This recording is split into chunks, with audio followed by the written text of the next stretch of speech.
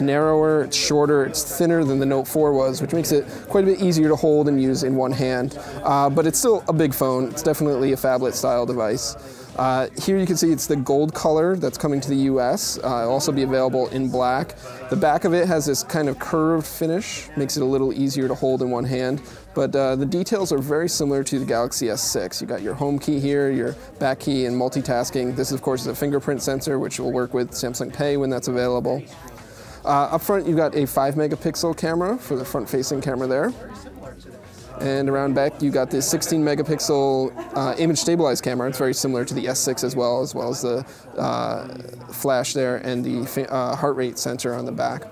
Inside, there's the same Samsung Exynos processor as the Galaxy S6. This time it's paired with 4 gigabytes of RAM, because this is considered a higher-end device.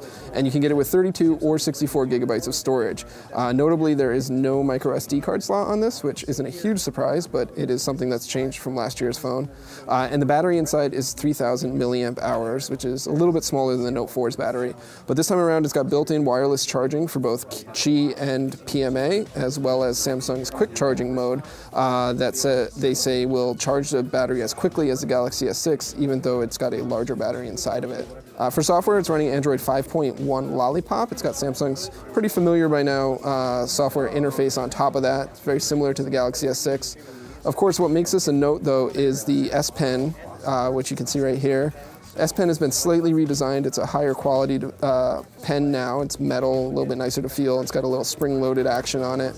One of the new software features is the ability to draw on the screen when it's off, so you can take notes immediately from when you take the pen out of its holster. Otherwise, you can activate the air command types of features. These have been slightly redesigned, a little more options now. You can set favorite apps that you want to use often with it, and you can access these pretty much anywhere you're using the phone in any app that you're in via these widgets.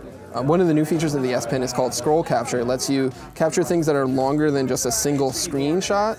So if it's a web page or a map or something like that, you can progressively capture more and more of the display that you can save offline. You can notate it, etc. So if you are trying to save your data usage or just capture a long page, you can see a preview of it here, and then you can go back and review it.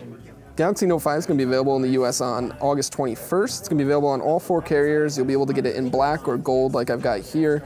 And you can expect to be priced around the same as the Note 4 and prior Note model.